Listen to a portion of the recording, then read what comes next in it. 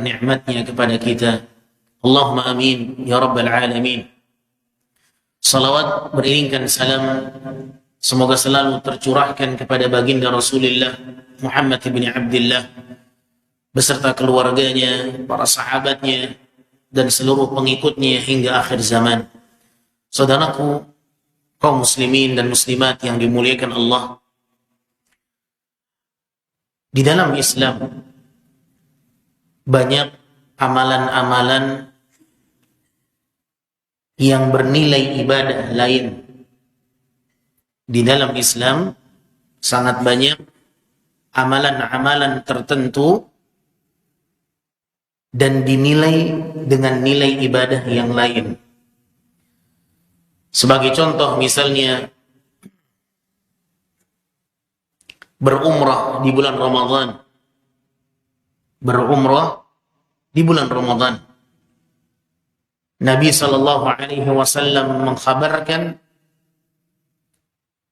seseorang yang berumrah di bulan Ramadan maka nilainya seperti orang yang sedang apa? Berhaji.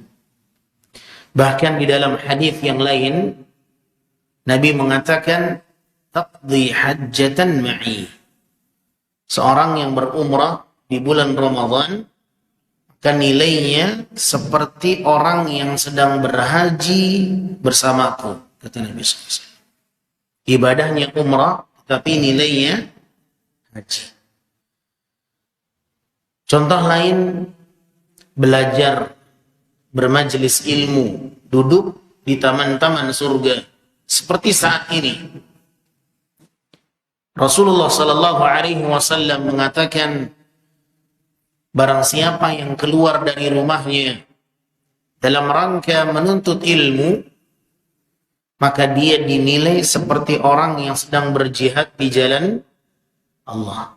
Man kharaja fi talabil ilmi fahuwa fi sabilillahi hatta yarji'. Barang siapa yang keluar dari rumahnya dalam rangka menuntut ilmu, maka dia dinilai seperti orang yang sedang berjihad di jalan Allah sampai dia pulang balik ke rumahnya. Subhanallah. Dia menuntut ilmu tetapi dinilai seperti orang yang berjihad. Dalam hadis yang lain Nabi menyebutkan barang siapa yang keluar menuju masjid tidak ada niatan dia, keinginannya kecuali untuk mempelajari ilmu dan kebaikan atau mengajarkan ilmu, maka Allah menilai dia dengan pahala haji yang sempurna. Sebagaimana yang diriwayatkan di dalam hadis yang dikeluarkan oleh Al-Imam Tabrani, Nabi SAW menyebutkan, man ghada ila al-masjid la yuridu illa an yata'allama khairan aw liyu'allimah kana lahu ka'ajri hajjin tamman hajjatuhu. Barang siapa yang berangkat ke masjid tidak ada keinginannya kecuali untuk belajar, mempelajari ilmu dan kebaikan atau mengajarkannya, maka Allah tuliskan untuknya pahala haji dengan nilai yang sempurna. Hadis ini derajatnya hasan dan dihasankan oleh Syekh Al-Albani rahimahullahu ta'ala. Dan masih banyak lagi amalan-amalan dalam Islam yang nilainya setara dengan ibadah yang lain. Pada kesempatan kita kali ini, kita akan membahas amalan di dalam Islam yang bernilai puasa. Amalan dalam Islam yang nilainya setara dengan orang yang sedang berpuasa. Baik. Yang pertama, perkara yang insya Allah setiap kita tahu, memberikan apa? Perbukaan. Memberikan perbukaan bagi orang yang berpuasa. Hadis ini sering dibawakan untuk memotivasi kaum muslimin agar mereka mau berperan mengamalkan hadis yang mulia ini. Rasulullah SAW bersabda, man fattara sha'iman kana lahu mithlu ajrih ghaira annahu la yanqus min ajri sha'imi syai'a. Kata Nabi sallallahu alaihi wasallam, barang siapa yang memberikan perbukaan bagi orang yang sedang berpuasa, maka untuknya dituliskan pahala seperti orang yang berpuasa, tanpa mengurangi sedikit pun pahala dan nilai puasa orang yang sedang menjalani ibadah puasa tersebut. Hadis ini adalah hadis yang sahih, diriwayatkan oleh Al-Imam At-Tirmidzi. Kaum muslimin yang dimuliakan Allah, hadis ini cukup populer. Hadis ini termasuk hadis yang sangat ma'ruf, dikenal oleh banyak kaum muslimin. Tetapi pertanyaannya, siapa di antara kita yang berada di posisi hadis itu? Apakah kita termasuk di antara orang yang berperan mengamalkan isi hadis itu? Sebahagian kaum muslimin mengetahui hadis ini tetapi tidak terpanggil keinginan untuk memposisikan dirinya mengamalkan hadis itu. Sebahagian manusia, sebahagian kaum muslimin tipenya hanya menerima perbukaan. Ada yang demikian, tidak mau memberikan perbukaan, padahal Allah memberikan kelapangan rezeki, Allah memberikan keleluasaan rezeki, ya. Dia termasuk orang yang berada, dia termasuk orang yang tidak berhak mendapatkan zakat. Artinya apa? Dia termasuk orang yang kaya, dia orang yang mampu, tetapi mengapa dia tidak berjuang untuk memposisikan diri yang mengamalkan hadis ini? Padahal memberikan perbukaan itu tidak harus dengan jumlah yang besar, tidak harus memberikan porsi yang berat, porsi yang ringan pun jadi. Apakah Nabi membatasi? Apakah Nabi SAW mengikat bahwa memberikan perbukaan itu harus dengan jumlah yang besar, harus dengan porsi yang besar? Tidak. Apakah harus memberikan perbukaan untuk banyak orang? Tidak. Ya, Nabi bahkan mengatakan nama, ittaqun nar walau bisyiqqi tamrah. Jagalah diri kalian dari api neraka walau hanya berinfak dengan setengah butir kurma. Bayangkan ma'asyar muslimin, setengah butir kurma itu bisa menjadi sebuah kebaikan, mendapatkan pahala puasa. Ya, siapa yang tak bisa membeli setengah butir kurma? Nah, Nabi mengatakan, jagalah diri kalian dari api neraka walau dengan berinfak setengah butir kurma. Oleh karenanya, ma'asyar muslimin yang dimuliakan Allah Subhanahu wa ta'ala,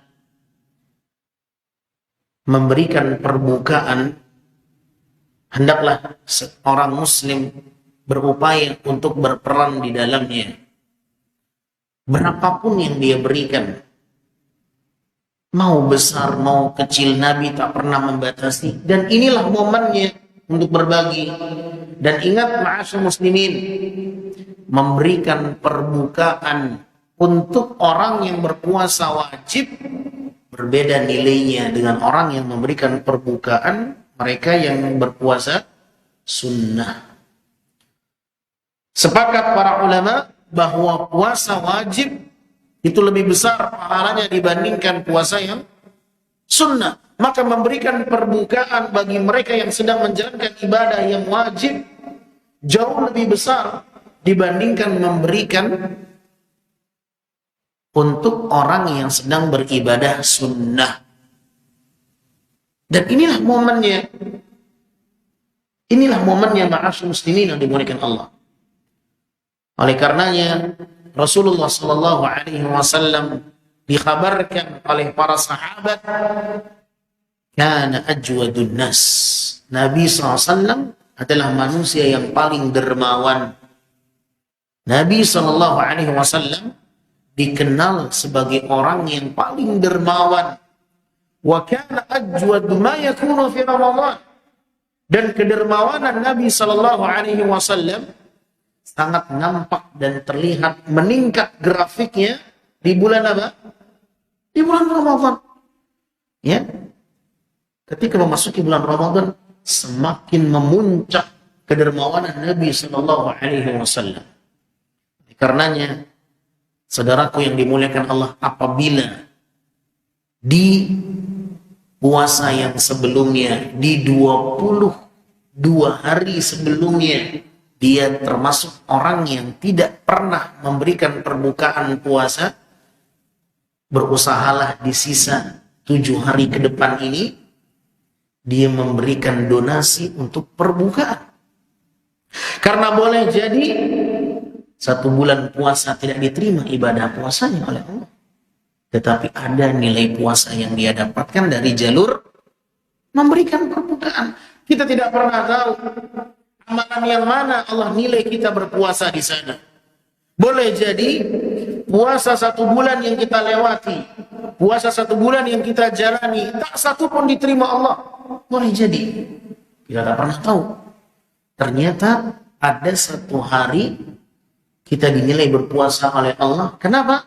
Karena kita memberikan perbukaan kepada orang lain walau dengan memberikan tegukan air. Subhanallah. Oleh karenanya ma'asyiral muslimin yang dimuliakan Allah, perlu kita camkan.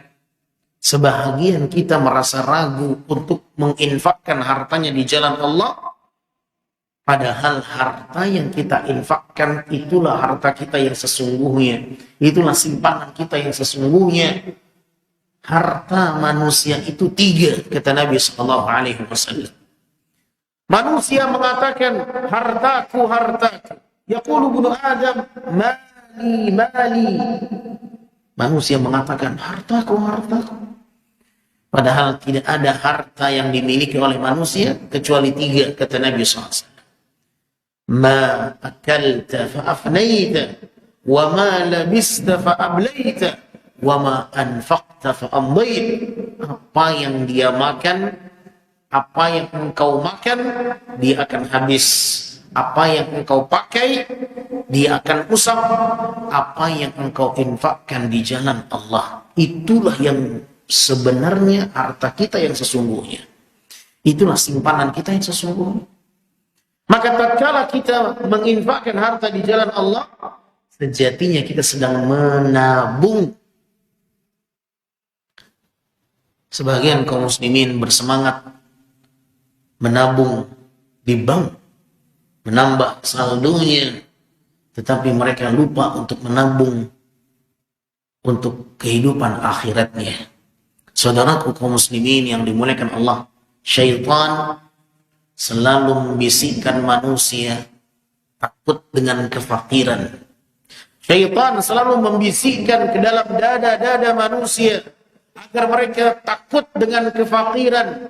Apabila rasa kekhawatiran, takut miskin, takut fakir sudah bercokol di dalam dada seseorang, apa yang akan terjadi? Maka dia tidak akan berinfak di jalan Allah.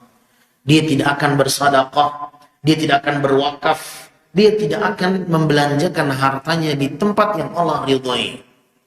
Kenapa? Sudah dibisikkan oleh syaitan takut dengan kefakiran dan kemiskinan. Allah subhanahu wa ta'ala menyebutkan di dalam Al-Quran, asy-syaitanu ya'idukumul faqra wa ya'murukum bil fahsya. Syaitan selalu membisikkan manusia agar mereka takut dengan kefakiran. Itulah janjinya syaitan.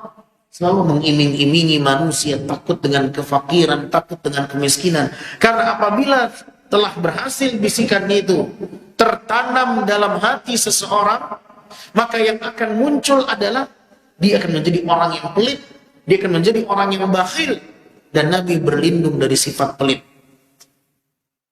Oleh karenanya ma'asyiral muslimin yang sampai detik ini dia belum berperan memberikan perbukaan bagi orang yang berpuasa, boleh jadi dia adalah orang yang termakan perangkap syaitan. Dia adalah korbannya syaitan.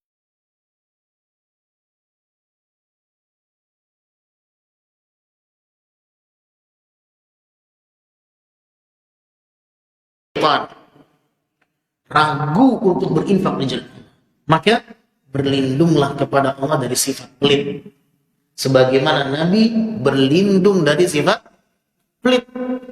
Nabi SAW berdoa memohon kepada Allah dari sifat pelit.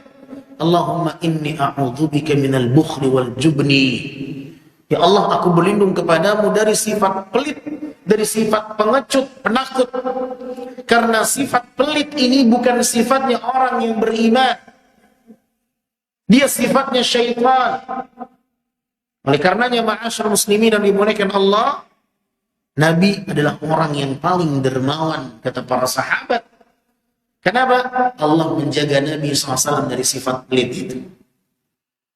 Ya, saudaraku, kaum muslimin yang dimuliakan Allah, maka ingat, memberikan perbukaan puasa itu semampu kita.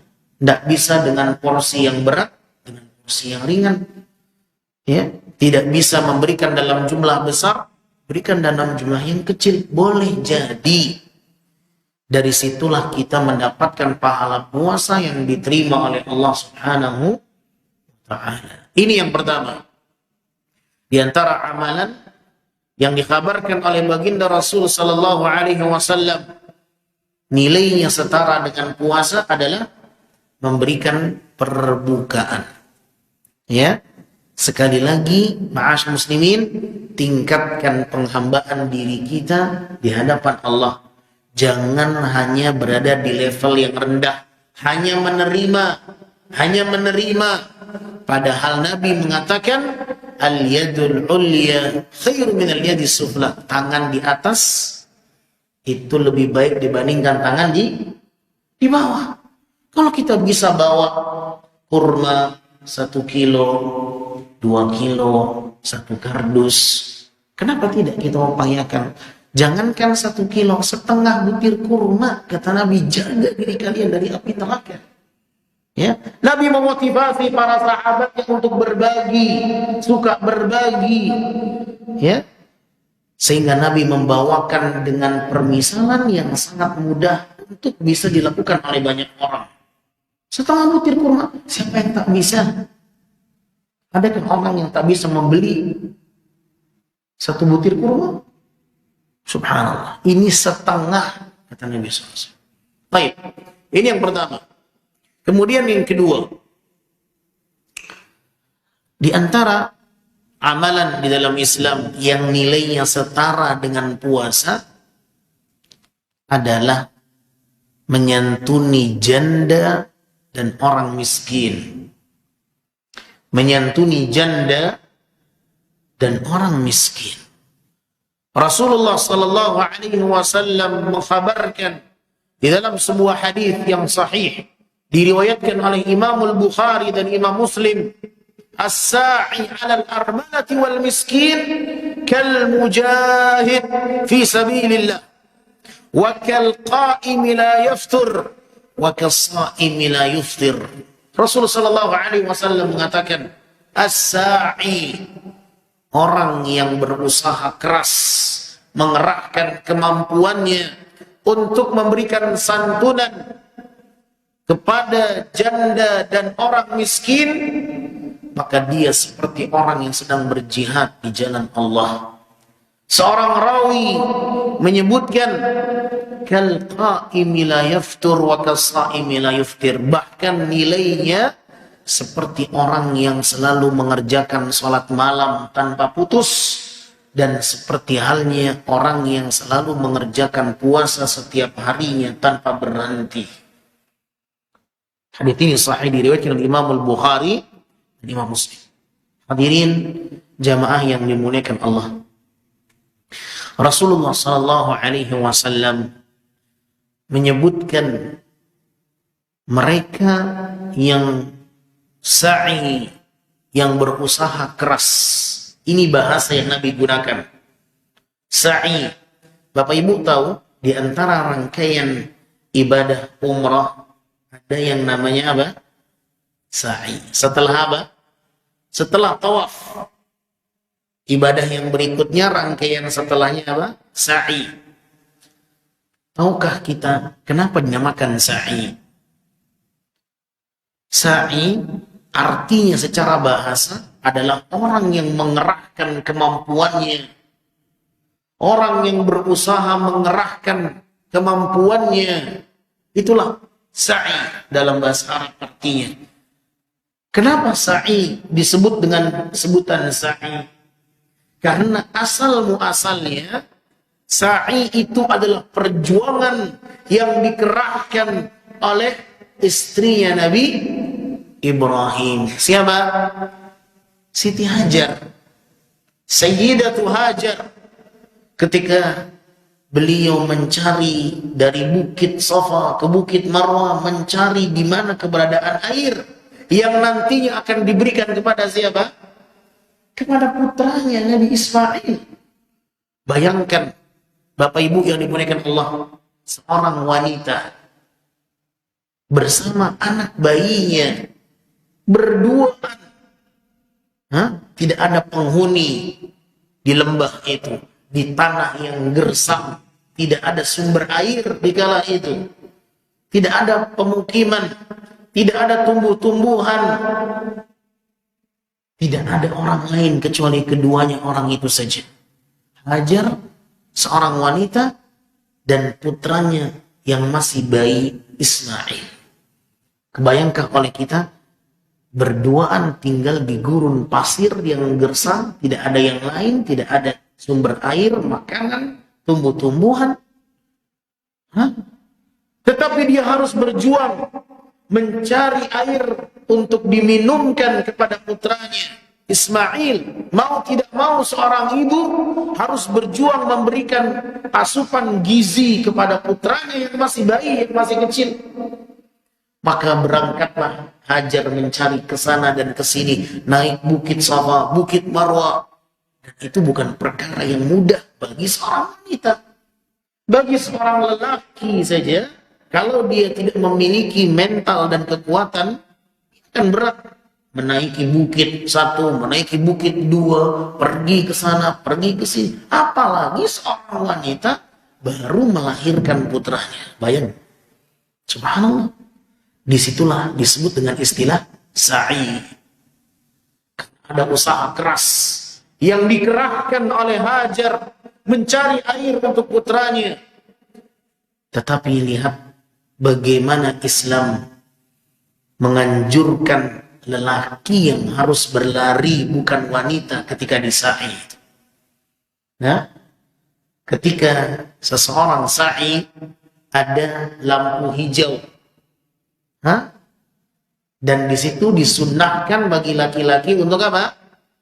Berlari.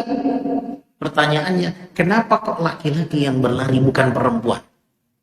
Padahal sejarahnya yang berjuang di sana siapa? Perempuan. Kenapa? Karena Islam ingin mengenalkan kita untuk bisa menghargai perjuangan seorang wanita. Subhanallah. Oleh karenanya ikhwatal iman yang dimuliakan Allah, di situ dikenal istilah sa'i karena ada perjuangan yang dikerahkan oleh seorang wanita yang bernama Hajar. Dan bahasa itulah yang digunakan Nabi sallallahu alaihi wasallam. Sa'i, orang yang berusaha keras, berjuang menyantuni janda dan orang miskin. Dia betul-betul berusaha untuk memberikan sebahagian hartanya untuk janda dan orang miskin. Maka pahalanya seperti orang yang berjihad di jalan Allah, dan seperti halnya orang yang mengerjakan sholat malam tanpa henti, dan pahalanya seperti orang yang berpuasa setiap harinya tanpa berbuka. Subhanallah. Hadis ini sahih, diriwayatkan oleh Imam Al-Bukhari dan Imam Muslim. Oleh karenanya Bapak Ibu yang dimuliakan Allah, seandainya kita termasuk orang-orang yang diberikan kelapangan rezeki, tingkatkan penghambaan diri Anda untuk berjuang mencari mana yang janda, mana yang miskin. Berikan santunan kepada mereka, berikan bantuan, ringankan beban mereka. Ada satu hal yang ingin kita sampaikan terkait masalah ini, ma'asyar muslimin. Janda di dalam bahasa hadis itu mereka disebut dengan istilah armalah. Janda dalam bahasa hadis mereka disebut dengan istilah apa? Armalah. Armalah disebutkan oleh Imam Ibnu Qutaibah, summiyat armalah lima yahsul laha minal irmal. Disebut wanita yang janda dengan istilah irmal karena makna irmal adalah al-faqru wa dhahabu zad bifaqdi zawj. Irmal itu artinya kefakiran dan hilangnya perbekalan karena ditinggal oleh suaminya. Janda itu wanita yang ditinggal mati oleh suaminya. Apa yang akan terjadi? Wanita yang ditinggal oleh suaminya, maka mayoritas yang banyak terjadi mereka dalam kondisi sulit untuk mencari nafkah. Karena biasanya dia bersandar, bertopang kepada suaminya, sekarang dia yang harus berjuang menafkahi dirinya sendiri dan anak-anaknya.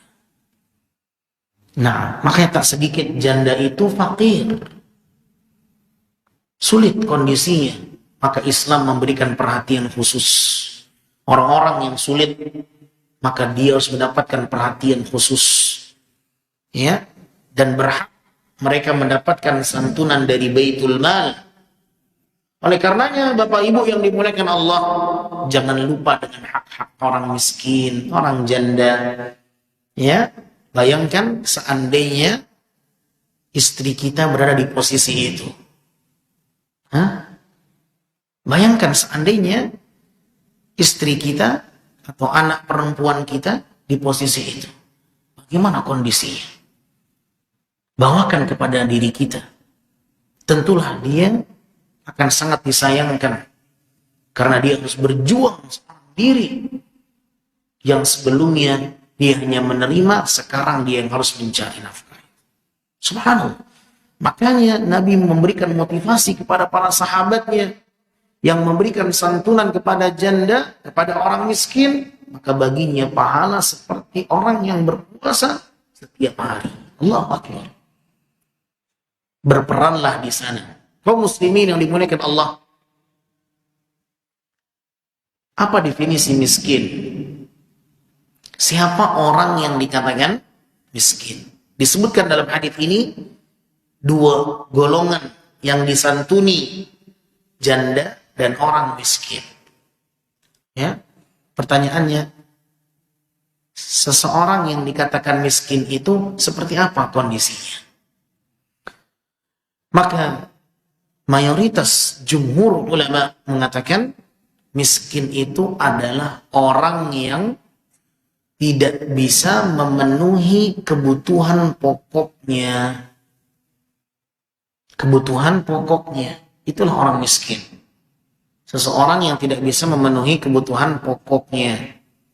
Ya, bahkan sebagian ulama memberikan definisi yang lebih spesifik, memberikan makna yang lebih spesifik. Apa?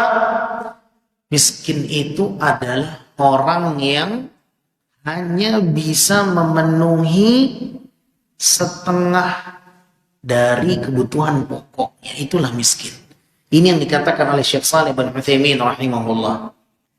Jadi contoh misalnya, ya, ada orang miskin, dia punya kebutuhan pokok sebulan, katakan 1 juta. Katakanlah kebutuhan pokoknya 1 juta. Buat bayar token listriknya 200.000, buat bayar kontrakan rumahnya 400.000, buat makannya 400.000. Katakan 1 juta. Di luar kebutuhan yang tidak pokok, jajan, jalan-jalan, beli paket internet, lah, tidak. Kebutuhan pokok untuk makan, tempat tinggal, listrik, itu kebutuhan pokok. Ya, katakanlah 1 juta kebutuhan pokoknya. Dia hanya punya penghasilan 600.000 setiap bulan. Dia hanya bisa memenuhi setengah dari kebutuhan pokoknya. tapi tak bisa memenuhi kebutuhan pokoknya secara sempurna. Itulah definisi miskin. Ya, antara kebutuhannya dengan penghasilannya tidak seimbang. Nah, orang yang seperti ini yang perlu kita cari, yang perlu kita santuni. Berjuanglah untuk mengetahui keberadaan mereka. Kenapa, Ustaz? Karena Nabi SAW mengatakan, carilah aku di sekitar orang-orang miskin. Rasul SAW pernah berpesan kepada sahabatnya Abu Dzar Al-Ghifari. Abu Dzar mengatakan, "Awsani khalili bihubbil masakin wad-dunuwi minhum." Nabi SAW pernah berwasiat kepadaku untuk selalu mencintai orang miskin. Dan Nabi berwasiat kepadaku agar selalu bersanding, berdekatan dengan keberadaan mereka, orang-orang miskin. Sering-seringlah dekat dengan orang miskin. Itu wasiat Nabi kepada sahabatnya Abu Dzar Al-Ghifari. Bukan hanya sebatas mencintai orang miskin, tetapi sering-seringlah bersanding dengan mereka. Apa hikmahnya? Kata para ulama, ketika kita sering dekat dengan orang miskin, maka hati kita akan lunak dan tak berambisi mengejar dunia. Tapi coba kalau kita kumpulnya sama orang kaya, apa perbincangannya? Apa pembahasannya? Bisnisnya gimana? Macam-macam. Yang dibahas tentang dunia. Oh, gimana perkembangannya, gimana jualannya, gimana. Tapi kalau coba dia dengan orang miskin, ya, dia akan menjadi orang yang bersyukur kepada Allah. Kenapa? Karena ternyata banyak orang-orang yang di bawah level dia. Tapi kalau dia bersanding dengan orang kaya, dia selalu melihat ke atas, tidak melihat ke bawah, maka hatinya akan mengeras. Yang selalu terlintas di pikirannya, di benaknya, di hatinya, bagaimana saya bisa mengalahkan dia, menyaingi dia, dan seterusnya. Akhirnya lupa dengan tujuan kehidupan bahwa di dunia hanya sementara. Oleh karenanya kaum muslimin yang dimuliakan Allah, itulah mengapa Nabi SAW mengatakan apa? Lihatlah orang-orang di bawahmu. Jangan melihat orang di atasmu. Unzuru ila man huwa asfala minkum wa la tanzuru ila man huwa fawqakum fa huwa ajdaru an la tazdaru ni'matallahi 'alaikum. Lihatlah orang-orang di bawahmu. Jangan lihat orang-orang di atasmu dalam urusan dunia, karena itu akan memberikan manfaat bagimu untuk bisa mensyukuri nikmat Allah dan tidak merendahkan karunia Allah yang ada dalam dirimu. Kita terkadang menganggap Allah tidak adil, Masya Allah. Kenapa? Ya, Allah selalu memberikan saya ujian. Seakan-akan ujian hanya kepada saya, orang lain tidak. Ya, lupa setiap orang punya ujiannya masing-masing. Tetapi demikianlah, karena dia tidak bisa memandang karunia Allah yang besar dalam dirinya. Dia mulai menyalahkan Allah. Dia mulai berprasangka buruk kepada Allah. Padahal nikmat Allah sangat banyak dalam dirinya. Coba lihat ke bawah, jangan lihat ke atas. Maka dia akan pandai bersyukur. Tetapi syaitan terkadang membutakan hati kita. Akhirnya, yang selalu kita jadikan perbandingan orang di atas kita. Bukan orang di bawah kita. Sesulit apapun, lihatlah orang di bawahmu masih banyak, maka engkau akan bersyukur kepada Allah Subhanahu wa ta'ala. Ya, maka sering-seringlah bersanding dengan orang miskin. Itu wasiat Nabi kepada sahabatnya Abu Dzar Al-Ghifari. Ya, aku diperintahkan Nabi untuk mencintai orang miskin dan berdekatan selalu dengan orang miskin. Maka coba kita lihat, kita lebih sering berkumpul dengan siapa? Siapa kawan-kawan kita? Lebih banyak, mayoritasnya siapa? Orang kaya atau orang miskin? Ya, khawatir kita dibutakan oleh syaitan, lupa dengan hak-hak orang miskin. Ya, saudaraku, kaum muslimin yang dimuliakan Allah Subhanahu wa taala, maka di antara amalan di dalam Islam yang nilainya setara dengan puasa, bahkan Nabi mengatakan dia seperti orang yang berpuasa setiap hari tanpa putus. Di antaranya adalah mereka yang menyantuni janda dan orang miskin. Yang ketiga, di antara amalan yang nilainya setara dengan orang yang berpuasa adalah berangkat lebih awal di hari Jumat dengan berjalan kaki. Berangkat ke masjid di hari Jumat dalam rangka menghadiri sholat Jumat. Dia berangkat di awal pagi, berangkat berjalan kaki dan tidak berkendara. Itulah sunnahnya. Kita akan bacakan hadisnya. Bagaimana lafaz hadisnya? Di dalam sebuah hadis yang sahih diriwayatkan oleh Imam Abu Daud dari sahabat Aus bin Aus radhiyallahu taala anhu, Nabi SAW bersabda, "Man ghassala yaumal jumu'ah," barang siapa yang mandi di hari Jumat, thumma bakkara wabtakar, kemudian dia berangkat lebih awal, dia berangkat di waktu pagi, wa masya wa lam yarkab, dan dia berjalan tidak berkendara, wadana minal imam, dan ketika dia masuk ke masjid dia mengambil posisi yang dekat dengan imam, fastama'a wa lam yalghu, dan dia mendengarkan khutbah dengan seksama, tidak melakukan hal-hal yang melalaikan. Dengarkan apa keistimewaannya, apa keutamaannya. Kata Nabi SAW, kana lahu bikulli khutwatin amalu sanatin ajru siyamiha wa qiyamiha. Maka setiap langkahnya tadi dinilai oleh Allah, dia beramal 1 tahun berpuasa dan sholat malam. Allahu Akbar. 1 langkahnya dinilai oleh Allah beramal 1 tahun berpuasa dan sholat malam. Bayangkan kalau dia berjalan dari rumahnya 100, maka dia dinilai 100 tahun berpuasa dan sholat malam.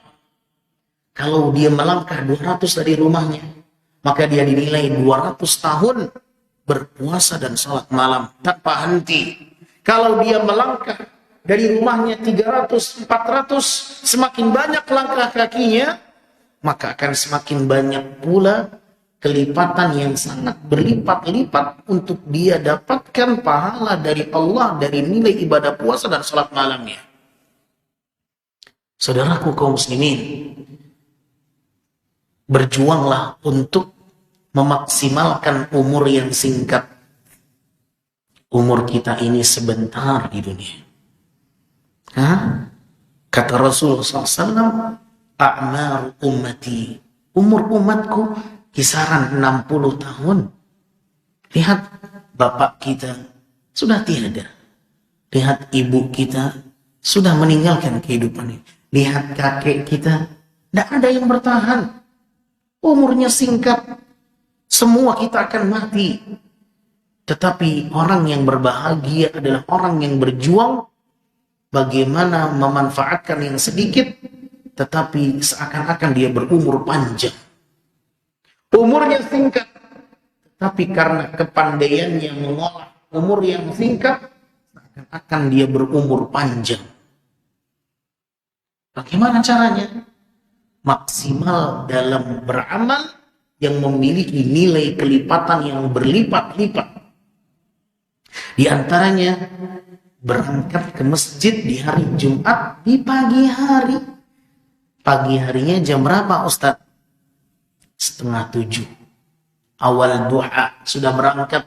Makanya kalau di Saudi, di Mekah, di Madinah, itu hari Jumat libur. Hari Jumat apa? Libur. Biar apa? Biar mereka bisa mengamalkan sunnah ini. Dan yang sering berangkat umrah ini tahu dia kalau hari Jumat itu kredit cepat ramai masjid itu terisi. Kenapa? Karena mereka tahu bagaimana cara memaksimalkan dalam ibadah. berangkat lebih awal, berangkat di waktu pagi. Cuman sayang di negeri kita hari Jumat itu tidak seperti hari yang sangat-sangat spesial. Datangnya itu ya 11:30, menjelang azan, bahkan udah azan ada yang baru datang. Nah, padahal Nabi mengatakan apa? Barang siapa yang mandi di hari Jumat, kemudian dia berangkat di awal waktu. Di awal waktu di sini kata Syekh Abu Bakar Jabir Al-Jazairi, sahib kitab Minhajul Muslim rahimahullah, beliau mengatakan itu di waktu awal duha. Di waktu duha. Ya, di awal waktu duha itulah waktu yang pertama, itulah waktu yang dikatakan mereka yang berangkat lebih awal. Berangkat di waktu pagi. Ya. Usahakan mengamalkan sunnah ini walau sekali seumur hidup. Ustaz, saya nggak bisa, saya harus kerja di Jumat masuk kantor, cuti. Apa sulitnya? Kita sering cuti, tujuannya ngapain? Jalan-jalan ke luar negeri. Cuti ngapain? Refreshing, liburan. Kapan dia cuti dalam rangka ibadah kepada Allah? Ambil cuti hari Jumat, amalkan sunnah ini. Masjid buka hari Jumat pagi. Ya. Berusaha untuk mengamalkan sunnah ini. Ya. Mandi di hari Jumat.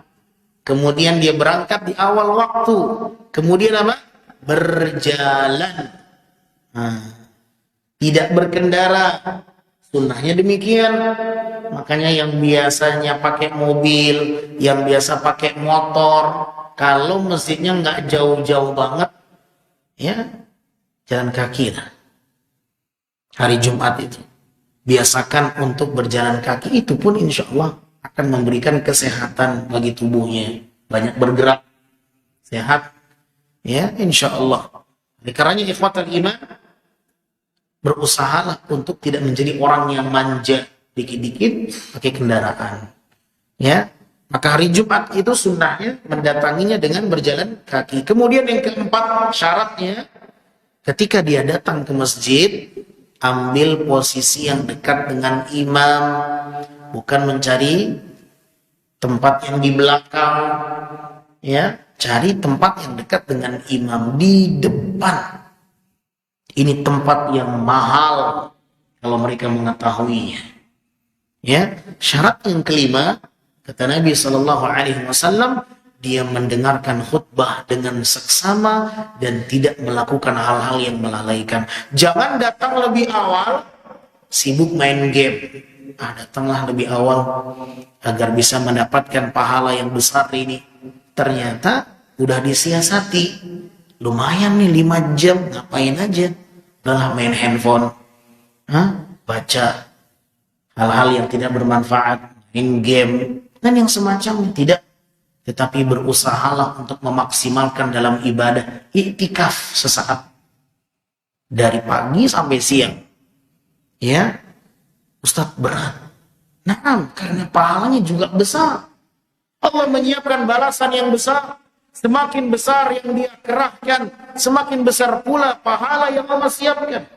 Bayangkan, satu langkah kaki Anda dinilai Allah Subhanahu wa ta'ala, Anda beramal 1 tahun berpuasa dan salat malam. Kapan itu? Di hari Jumat.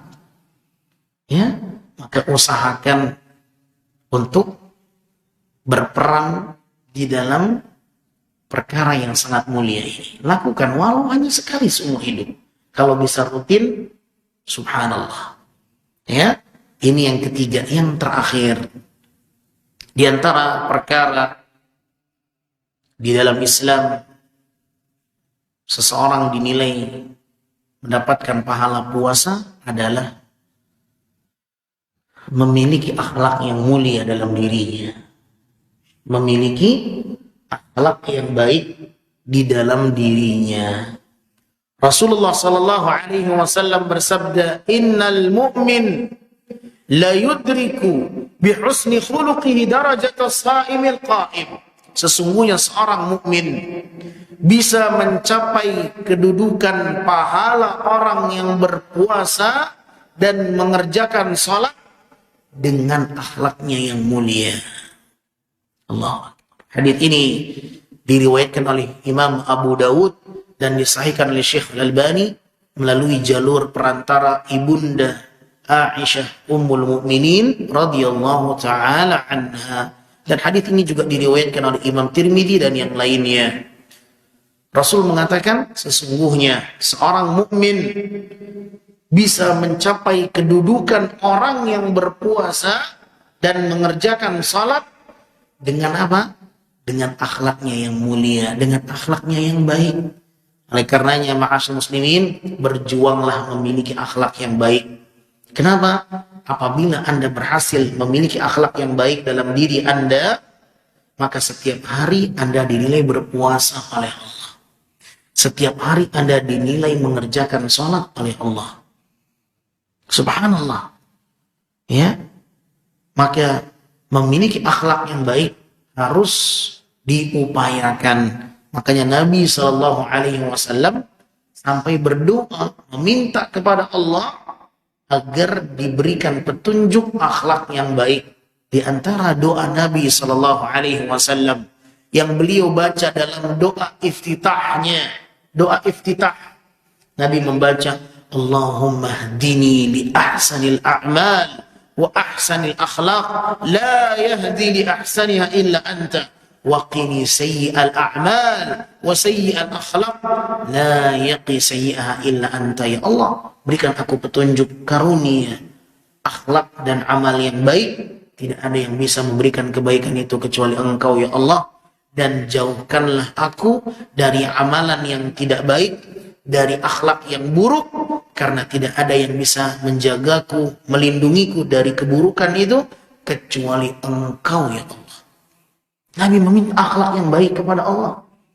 Ya, padahal beliau telah dicap oleh Allah, wa innaka la'ala khuluqin azim. Sesungguhnya engkau wahai Muhammad memiliki budi pekerti yang tinggi dan besar. Tetapi tetap Nabi meminta akhlak kepada Allah Subhanahu wa taala. Nah, apa hubungannya orang yang memiliki akhlak dinilai berpuasa? Ketahuilah saudaraku yang dimuliakan Allah, orang yang berpuasa itu di antara tuntutannya adalah memiliki karakter akhlak yang baik. Tuntutan orang yang berpuasa adalah dia harus berakhlak mulia. Mana dalilnya Ustaz? Mana hadisnya? Bukankah Nabi mengatakan sallallahu alaihi wasallam, apabila ada orang mencelamu, apabila ada orang mencacimu, apabila ada orang yang mengganggumu, maka katakan saya sedang berpuasa. Lihat, Nabi mengajarkan kita untuk tidak mudah terpancing emosi. Bukankah itu akhlak? Menyikapi orang yang mencela, menyikapi orang yang mengejek dengan lapang dada, dengan sifat yang sabar, tidak terpancing emosi, tidak marah. Itu akhlak yang mulia, sabar. Ya. Apabila ada orang yang mengejekmu, mencelamu, mencacimu, fa in sabaka ahadun aw jahila 'alaika faqul inni sha'im, kata Nabi. Katakan saya sedang berpuasa. Apabila ada orang mencacimu, mengejekmu, katakan saya sedang berpuasa. Bukankah itu pelatihan untuk menjadi orang yang berakhlak mulia? Membalas keburukan dengan kebaikan, tidak gampang marah. Ini yang harus kita miliki. Itulah tuntutan orang yang berpuasa. Di antara dalil yang menunjukkan orang yang berpuasa harus memiliki akhlak yang baik, Nabi SAW mengatakan dalam hadis riwayat Imam Al-Bukhari, Nabi mengatakan, man lam yada' qawla zur wal amala bihi falaysa lillahi haja fi an yada'a ta'amahu wa syarabah. Kata Nabi SAW, barang siapa yang tidak meninggalkan perkataan dan perbuatan dustanya, maka Allah tidak butuh kepada lapar dahaganya orang yang berpuasa ini. Allah tidak butuh dengan puasa orang yang seperti ini. Laisa lillahi hajah. Allah tak berhajat dengan lapar dan hausnya orang yang berpuasa seperti ini modelnya. Berpuasa tapi masih bohong, dusta, mencaci, menipu, mencurangi timbangan, mengurangi takaran. Ini bukan akhlak yang mulia. Maka ketika kita berpuasa, tuntutannya akhlak yang mulia. Ya, dalam hadis yang lain Nabi mengatakan apa? Puasa itu bukan hanya menahan makan dan minum. Laisa syadidu, laisa as-siyamu min al-akli wasyurbi, innama as-siyamu min al-laghi war-rafath. Ya, puasa itu bukan hanya menahan makan dan minum, tetapi berpuasa itu juga seseorang harus menahan dirinya dari perkataan yang kotor, rafath. Dia harus menahan lisannya, jangan sampai menyakiti orang lain, mencela orang lain, ya, dan lain sebagainya. Itu kan akhlak. Makanya kata para ulama, orang yang berpuasa itu tuntutannya adalah akhlak yang baik. Jangan gampang marah, mudah memaafkan orang lain, ya. Nabi SAW mengatakan, "Laisa syadidu bisur'ah, innama syadidu alladhi yamliku nafsahu indal ghadab." Orang yang hebat itu bukanlah orang yang hebat memenangkan perkelahian dan pergulatan, tetapi orang yang hebat itu adalah orang yang pandai mengendalikan emosinya ketika akan marah. Itu orang yang hebat, kata Nabi. Itulah pahlawan, itulah petangguh yang sesungguhnya, ya, yang bisa meredam amarahnya. Ini beberapa hal yang dinilai dalam agama setara dengan nilai orang yang sedang berpuasa. Semoga Allah Subhanahu wa taala memudahkan kita untuk bisa mengamalkan ilmu yang telah kita dengarkan bersama, dan semoga ini menjadi ilmu yang bermanfaat. Kurang lebihnya saya mohon maaf. Wabillahi taufiq. Subhanakallahumma wa bihamdika asyhadu an la ilaha illa anta astaghfiruka wa atubu ilaik. Wassalamu alaikum warahmatullahi wabarakatuh.